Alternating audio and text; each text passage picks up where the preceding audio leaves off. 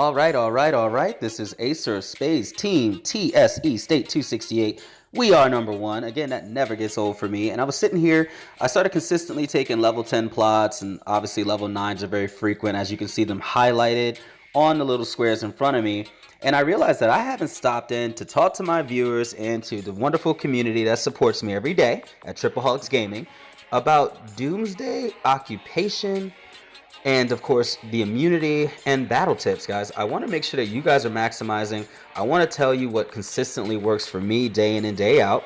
So what I've done is I've decided to give you guys the best tips that have helped me grow the fastest, give you guys a few ins and outs on what to do and what not to do, and I'm going to break this down into parts so that you guys are not sitting around wondering why is this video 30 minutes long. Guys, the original Doomsday video, which I highly recommend, and if you have not seen it yet, please not only like and subscribe, you can take some time to do that right now if you'd like, but check out the Doomsday Basics video, as I touch on many things on that, and it's also in itself many tips involved, and it's going to give you a breakdown of exactly what to do with Doomsday if you're just starting out. So let's go ahead and hop right on into it. This video, I'm going to give you we're going to focus on the APCs, we're going to focus on the heroes, we're going to focus on exactly what you should be using, what you shouldn't, and this is going to be the first 3 tips to maximizing your occupancy, your influence in the game, and if you've done Doomsday, you know what influence is, immunity, and battle. The first and most simple tip, guys, is to use your low-level units. If you have T8, T9, or T7, what you're going to want to do, guys, to be consistent, go ahead and use your T7s. You're going to find out very easily that the units that you use are almost insignificant. The amount of units you use are almost insignificant. The only thing I don't recommend is using fighters at all, as they don't have high enough attack. And the best unit, which is the focus on the first tip, is use vehicles. Shooters are slightly more powerful and they can be very well, but they're way too slow, just like using fighters in the APC.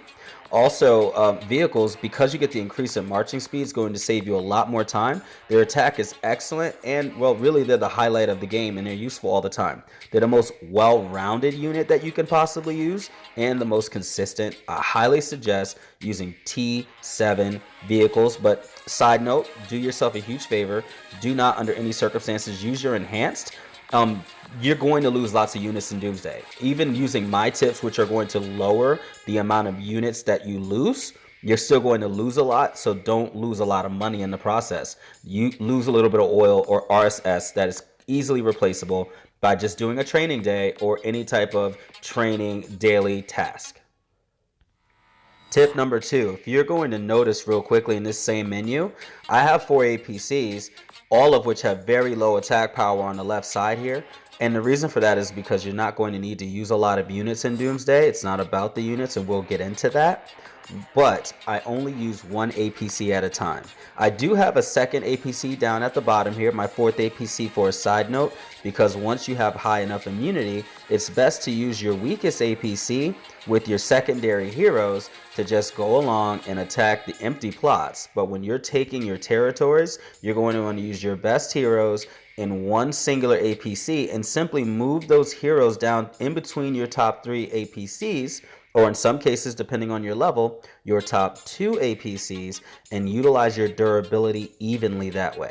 This way, when you have to take a break or you have to take several hours off for any reason, your durability never maxes out, and you're always using and optimizing your durability to its finest. If you have durability at 100%, you're probably not doing as much as you can in Doomsday, and consistency is way more important than anything else. So to increase your influence, just use 1 APC and move those heroes up and down the line as the durability is used.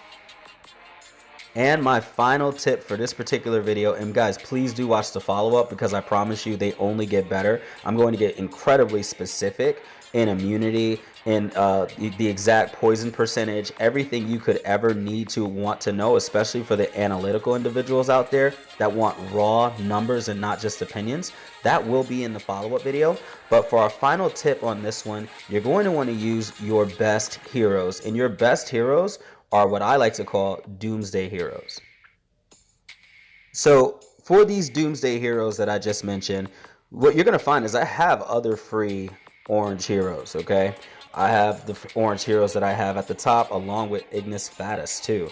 And we're going to describe why am I not using my Forsaken one or my Dawn Guardian or even War Boss right now, and why am I using Reaper, Razor, and Shooter Man as my starting lineup. So here's what makes a Doomsday hero a Doomsday hero.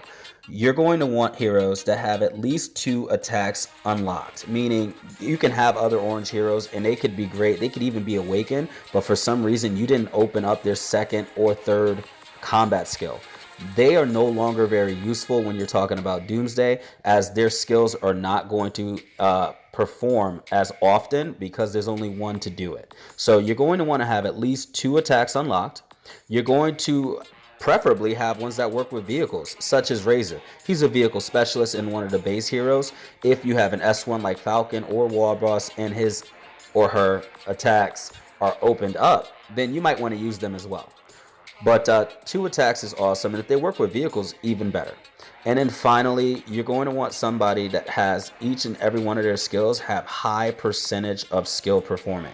Meaning, if you click into something as simple as Reaper, Reaper has 2 skills unlocked. They're both on a pretty decent level, 8 out of 10. But you'll notice the first descent happens 55% of the time. The second one, although only 40%, also attacks units. That makes Reaper incredible, especially with the 7th skill unlocked for this Doomsday. Next, you're going to see with Razor, even though only one of the attacks actually attacks because Intimidate only stops them from attacking, the first skill, it's only 30%, but works very well with vehicles and gives me 35% might for my vehicles right now on all rows. That's incredibly important for what I'm trying to do. However, if you were not using Razor or Razor wasn't even an option for you, then Arsenal is really awesome because his attack has a 50% on it. I just don't have his 2nd or 3rd skill unlocked, so I'm not using Arsenal. And more importantly, Ignis, if it were orange, would be the perfect hero, just as an example. Not only will he do 45% at 223 damage percentage on Sudden Strike, which is pretty frequent for what hero skills do. The 2nd skill does 65% at almost 200% right now. And this is at a low level at only 6 on the first turn. You want to go for first turn kills, as I talk about in the Doomsday Basics video. So this is incredibly important that Ignis be a part of your team. The issue that I have with Ignis right now is I don't currently have him awakened. And even if I did, the 5% might is insignificant. Therefore, I'm using the best of what I have. But if you have a fully unlocked Ignis ready to go, or you have Arsenal completely woken up, that's great. And then finally, in my personal starting lineup, the star of the show right now really is Shooter Man. He's only doing 40%, but he has a very, very long range, and you need somebody to go in that 3rd slot, right? So way better than Dawn Guardian at this current time. And on top of that, the 2nd skill does an 80% proc. Now, even though it only hits for a small amount, when you combine him with things like Reaper, whose 7th skill gives might, as well as Razor, whose 7th skill gives might. So remember, I'm getting 28% from Reaper, as well as another 35% as long as Shooter Man is using vehicles, and that combination seems to be doing an incredible job, guys. So because Shooter Man is hitting twice on almost every battle, Reaper is doing his job and boosting everybody, and Razor's just making all the vehicles absolutely monstrous, and every once in a while hitting them with a crippling blow. It is very consistently taking my 9 and 10 plots. So those are the types of heroes. You can use your own types of combinations, guys. If you have a fully opened up Forsaken, understand that Forsaken, although does not hit multiple rows, Forsaken is attacking everybody constantly. And although they don't have the largest chance to hit, every single one of them is available, and they will be able to crush everybody. So if you have a fully open Forsaken or S1 heroes, guys, change it up. But you still want to use Doomsday heroes. You're not going to want to use things like Warhound. You're really not going to be interested in Dawn Guardian at this time. And, you know, unfortunately, Destroyer is just not the best character at this time for this either. So I've actually split my Warhound and Destroyer currently to do what I want to do in Doomsday, as this is almost a 2-month program. So I need to make sure that I'm ready for that. Of course, I'll get them again on different hero days, so I'm not really concerned. I always max out on all my other stuff. So anyway, to just stay focused, The only thing you want to stay away from, what makes things not a Doomsday hero, is you want to stay away from anybody that has a prep time. So when you go over here to, let's say, Dawn Guardian as an example, and this is the last thing we'll say on the video, he has a 45% chance, and that's fantastic for Pulse Cannon, but the second skill has 1 turn prep. That means, unfortunately, Dawn Guardian is just not going to hit consistently, whereas Shuda is going to have 2 different skills that will take off, and that's why he will be taking the place of Dawn Guardian in my APC. All right, guys, as usual, please watch the follow-up, but more importantly, like and subscribe. Support the channel. I want to put out more content for you guys and give you guys all the best information, and stay tuned for part 2.